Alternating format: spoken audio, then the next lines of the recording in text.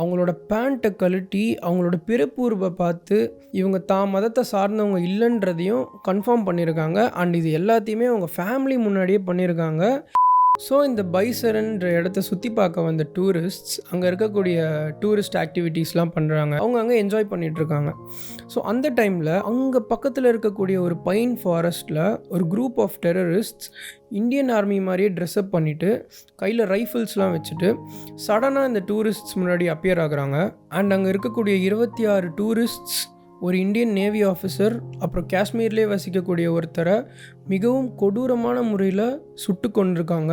கேட்கவே எவ்வளோ பயமாக, எவ்வளோ பதட்டமாக, எவ்வளோ வருத்தமாக, எவ்வளோ வேதனையை கொடுக்கக்கூடிய விஷயமா இருக்குது. இந்த டெரரிஸ்ட் கும்பல் சுட்டுத்தள்ளின அந்த 28 பேருமே ஆண்கள்னு சொல்கிறாங்க. இவங்க இந்த 26 டூரிஸ்ட்டை சுடுறதுக்கு முன்னாடி அவங்களோட பேர்கள்லாம் என்னன்னு கேட்டு தெரிஞ்சிருக்காங்க. அண்ட் இதுக்கான காரணம் வந்து அவங்களோட மதத்தை தெரிஞ்சுக்கிறதுக்காக.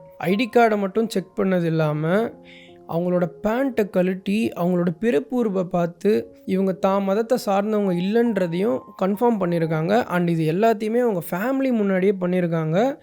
எவ்வளோ ஒரு கீழ்த்தரமான கேவலமான விஷயமா இது இருக்குன்றது தெரில. என்னால் இதை